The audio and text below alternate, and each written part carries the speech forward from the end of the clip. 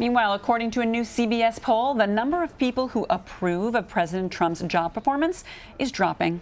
His approval rating sits at 36%. It's the lowest since he took office.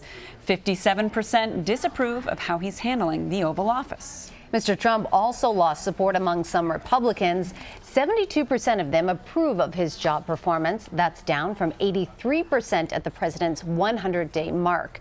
For a deeper look into the newest polls, let's bring in CBS News Elections and Surveys Director Anthony Salvanto. Anthony, great to see you. How are you guys? Good. So, poll numbers keep going down. What is the driving force likely behind all of this? Right now, it's clearly his handling of the Russia investigation, because what happens is he gets higher ratings on things like handling terrorism, handling the economy, than he does for handling that by a wide margin, and even among Republicans, as you mentioned.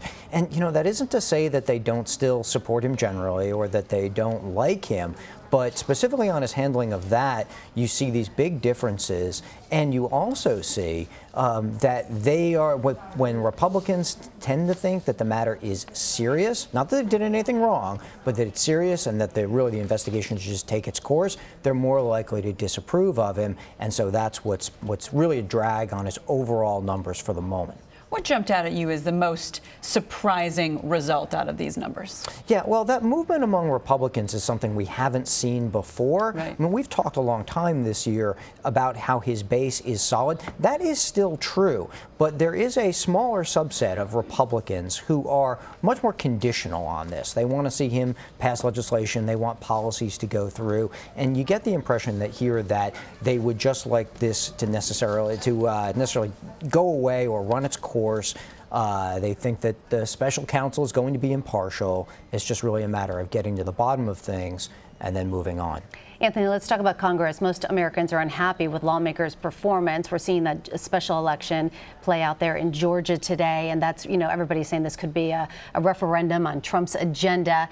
What's behind this anti-sentiment that you see among Congress and the special elections across the country? Well, you know, first of all, I always say special elections don't predict anything. So nobody should use this and say, oh, who's going to win or lose in the midterms? They're a year and a half off. But in this particular special election, yes, the president has been part of the argument. He's not the only argument. Health care is also part of the argument. And what you do see are two things. One is that Democrats have not yet, in this poll, established nationally the idea that they are a viable alternative to Republicans in control of Congress. So what that tells you is they still have a long way to go, regardless of what happens tonight, to make this a national referendum on control. Folks in the poll say they don't necessarily think things would change if Democrats were in control. Again, sort of an isolated case. What will happen tonight, though, is that whoever wins will take it politically as, oh, we tested our message and we won.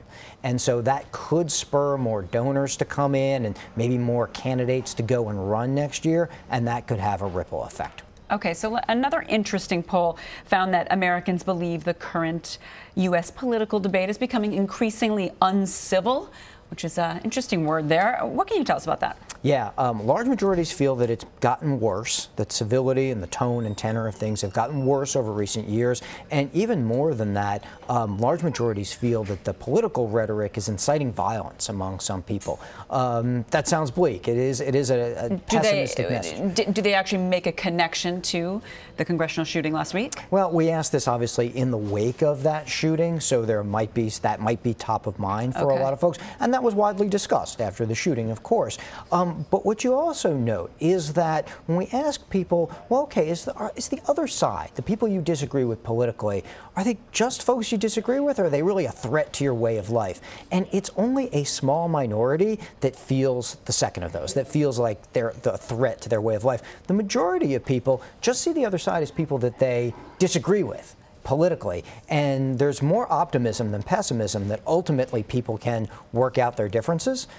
Maybe that means compromise. You come over to my side or I go over to your side. I get that. But there is more optimism out there. The trick is whether or not the folks who are in that core group who feel that the other side is a threat are dominating the debate, or whether that larger group of folks who just feel like it's a disagreement and nothing more are going to dominate the debate. And that's a question going forward. Well, it certainly was good to see them come together briefly after the the congressional baseball shooting. So, Anthony Salvanto, thanks so much. We always appreciate your time. Thank you.